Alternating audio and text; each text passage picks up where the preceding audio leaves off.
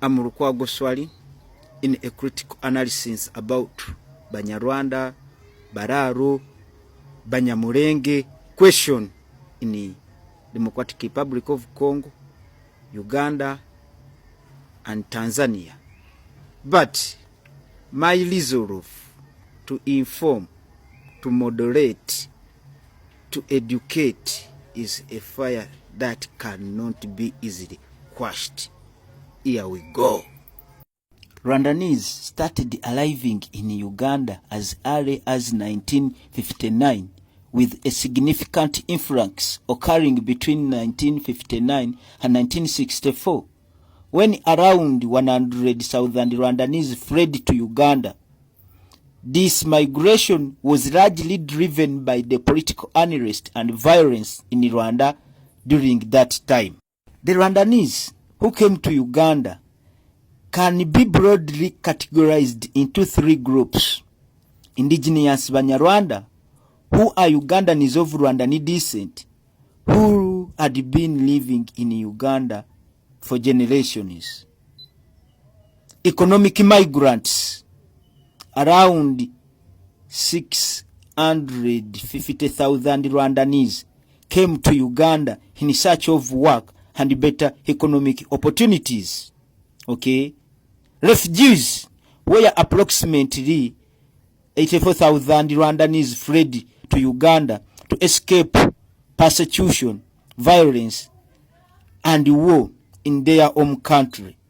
These Rwandanese immigrants settled primarily in southwestern Uganda, with many integrating into local society and becoming an integral part of the community. In 1979, Rwandan Refugee Welfare Association was created in Uganda that transformed into Rwandan Alliance for National Unity. They considered how they would go back to Rwanda after being mistreated by Obote's government. In 1987, they changed Rwandan Alliance for National Unity to Rwandan Patriotic Front. In 1988, they got misunderstandings within their leadership.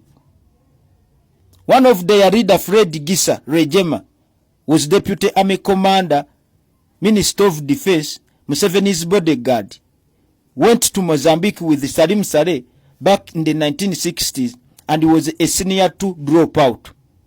Many Baganda cried that Rwandans had taken over Uganda, forcing Museveni to drop him, something that frustrated Rejema, who thought of going back to Rwanda. For that, Mr. Museveni mobilized many Rwandans who were mistreated by the previous regimes of Amin and Obote and recruited them into political subversive activities against Obote and Amin regimes. Many joined the NRA with hopes and wishes that Museveni, upon capturing power, he would recognize them as a tribe within Uganda. This casts our minds back to the Israel within Palestine, simply because they helped the British to fight the Ottoman Empire, the Jews.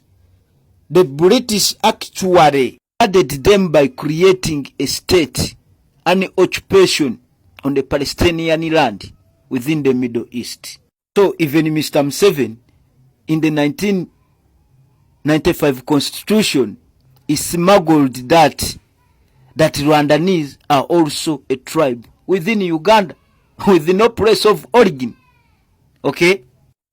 Museveni convened a meeting with Balalo from Democratic Republic of Congo, Rwanda, Tanzania, and Uganda.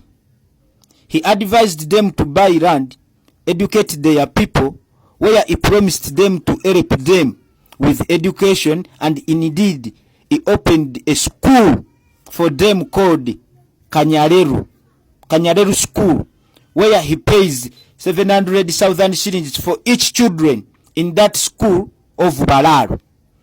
Museveni has given many Balalo money to buy land in Uganda, Tanzania, DRC, and Rwanda. In northern Uganda, he gave money to former minister Mary Mujenyi to ferry Balalo to northern Uganda. These Balalo in northern Uganda have guns and are so arrogant. Okay? Mr. Museveni created districts like Sembabule for Balalo and dispersed many in Ngoma, Kato Corridor, Mubende, Chiboga, Chankwanzi, and Bale, Kayunga. Rwandans who had infiltrated the Chaka tribe in Tanzania were detected and expelled out of Tanzania first by President Jakaya Kikwete and Magufuli, who last paid a visit to Uganda to discuss about the Rwandan issue, but Magufuli refused Museveni's request to let these Rwandans stay in Tanzania. Okay? In Eastern DRC, Rwandans are covered in the identity of Banyankole. They are being backed up, supported, and facilitated by US, UK, and European Union in whichever country they are in to cause mayhem. For Uganda's case, actually they imposed them onto earth through an occupation since Buganda Kingdom refused to work on good terms with the British imperialists. But, my brothers and sisters, you the Rwandans, in the 1950s, Israel infiltrated Egypt a lot to the extent of making Egyptians their slaves, the way you are doing in Uganda, dominating all high-profile key positions in Egypt. Since they were so educated, it was Congress of Egypt that was created by Gamal Abdel Nasser in 1952 that fought the Israel out of Egypt. For the case of Rwandans in Uganda, even when they have had access to better schools in Uganda and outside Uganda, their IQ is zero. They can't reason. For them, they believe in killing indigenous Ugandans for them to stay. The same thing Israel is doing, and which we are not going to tolerate. Mr. Kagame, while in NRA, okay, you banged Ugandans with oils on their head to death. Okay? You suffocated to death over 37 FEDEMU youth. You did a lot of atrocities to Ugandans while you were sitting at Basima House as a semi operative. Okay? You went to Rwanda. You are still doing the same. You are killing your political opponents. Now, Rwandans are claiming that they should also have a say in Uganda. Okay? You are just a minority. You are just a minority and who have proved to be rejected wherever you've gone. In Tanzania, you were expelled. In the Democratic Republic of Congo, FADAC, the DRC army is fighting you tooth and nail. Because you formed the soldiers of fortune or mercenary groups you are using to exploit and root DRC's minerals. And even here in Uganda, you are in each and every influential government office. And you made actually a military blunder when you were the honorary generals in UPDF, top ranking generals.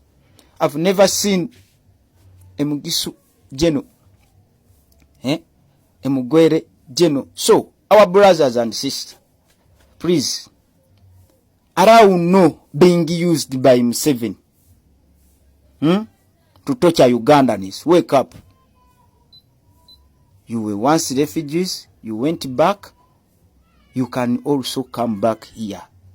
Mutesa sheltered you when lions were eating you, when the Rwakafuzi tortured you, Rwakasis tortured you.